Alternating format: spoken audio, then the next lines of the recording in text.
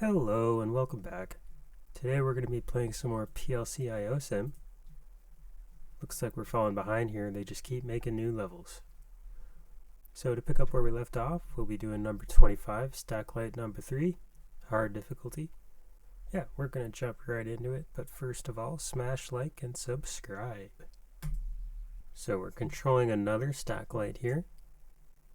The Stacklight should display the status of the conveyor motor and also the amount of time that the conveyor has been running.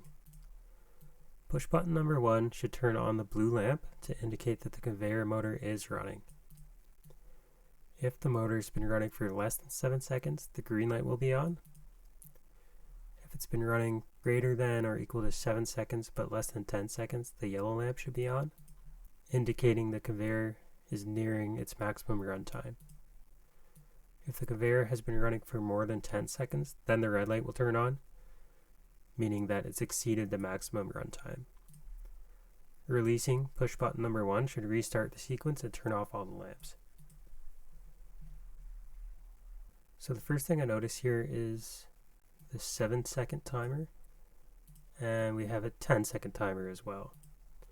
So rather than making 2 different timers, I'm going to make it so that when push button number 1 is closed, you just have that going into a single on delay timer.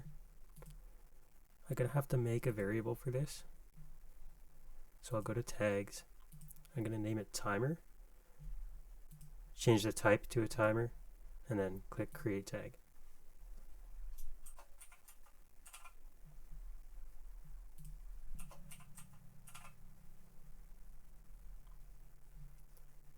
Create tag, and here we go. You can see it down here. It pre-made all these timing variables for us. So now that we can tie this on delay timer to the timer we created, we're going to set the preset to 10,000, and remember that's milliseconds.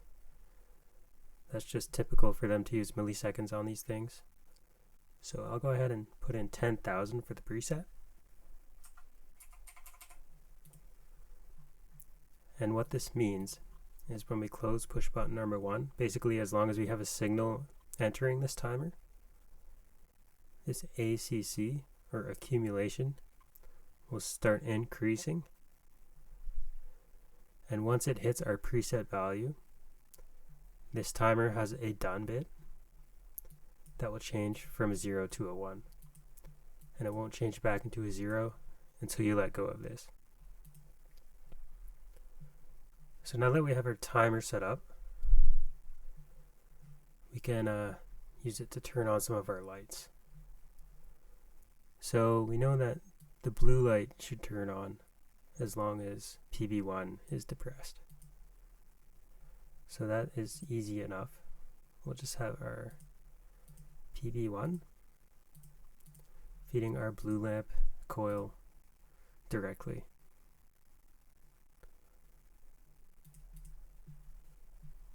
Now for the green lamp, we want the green lamp to be on if the conveyor motor has been running for less than 7 seconds. And this is why we could get away with using only one timer, because this ACC bit will actually reach 7,000, and we can read off of this bit in our variables here. So we don't actually need an independent 7-second timer just for the green light. Instead, what we could do is make a new rung and use the less than command in the comparison section. And we're looking at timer1.acc, so accumulated time, source B. So this is where we have to pick our number. This is where we would put 7,000, but it looks like we're going to have to make a variable for 7,000. So we'll go back to our tags, make a double integer of 7,000,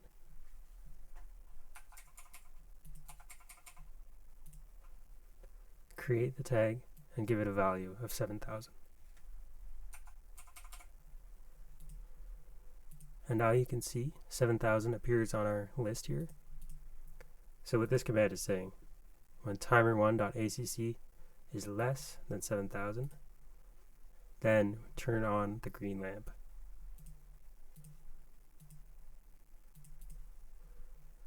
But remember, it wants that when we release PB1, all the lamps turn off.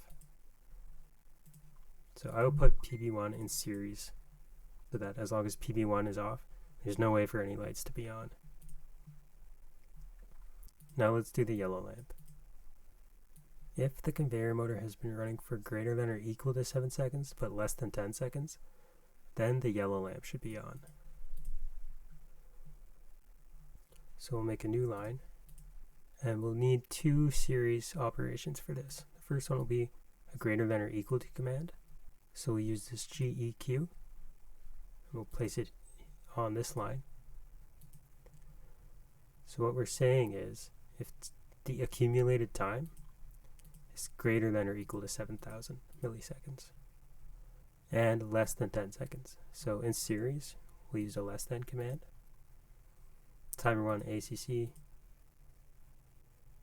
and we'll use timer 1 pre here because we know pre is 10,000 milliseconds or 10 seconds. These conditions should cause the yellow lamp to be on.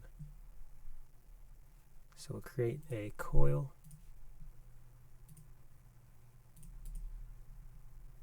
that should turn on the yellow lamp in these conditions. For the red lamp, we want the red lamp to be on if the motor has been running for more than 10 seconds. So we'll make a new line. And this one's easy because we already have our 10-second timer. As soon as this timer finishes its done bit, we'll turn into a 1. So we'll just use timer.done, feeding the red lamp. And it should be as easy as that, I believe. Releasing PB1 should restart the sequence and turn off all the lamps. So let's give this a go. Go to run mode. You can see all the lights are off. That's because we haven't clicked our button. So when we do click our button, we should get the green light for 7 seconds, and then the yellow light for 3 seconds, and then the red light. You can see our timer's counting up. When it finishes, our green light should turn off. Now we can see our yellow light is on for 3 more seconds, and then the red light. So now the motor's been on for too long, so we want to turn it off. So this button opens up, and the whole process should repeat itself when we click the button again.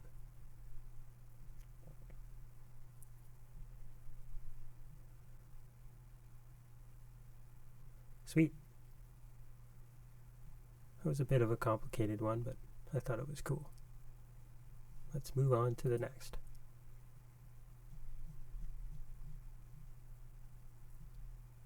This one is called Push Button Stack Light. It wants us to design a program to control a stack light using push buttons. Push button number 1 should turn on the green lamp. Number 2 should turn on the yellow lamp. Number 3 should turn on the red lamp. If no push buttons are pressed, then the blue light will be on. Interesting. So, we have buttons 1, 2, and 3.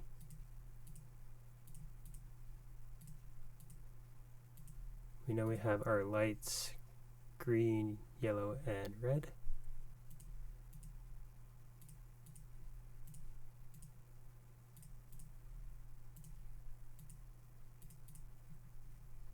And what I did say for the blue light, it only wants the blue light to be on if all of these are off. So how can we do this? Well, quite simply, we could use a triplet AND function feeding the blue lamp. We're saying if green is off, and if yellow is off, and if red is off, then blue should be on.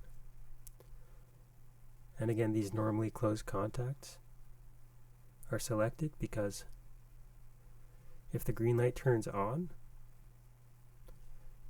this contact will change states and open up. So if any of these lights are on, you break the connection feeding this lamp. If all the lights are off, these contacts will be de-energized and stay as they are. So let's run this and see how it goes. You can see the blue light turned on because all of these other lights are off. So you can see the signal goes straight through to the blue light. If we click PB1, we turn on the green light, but because of this series combination we just broke, you can see we don't get our blue light anymore. So that was a lot simpler than the one we just did.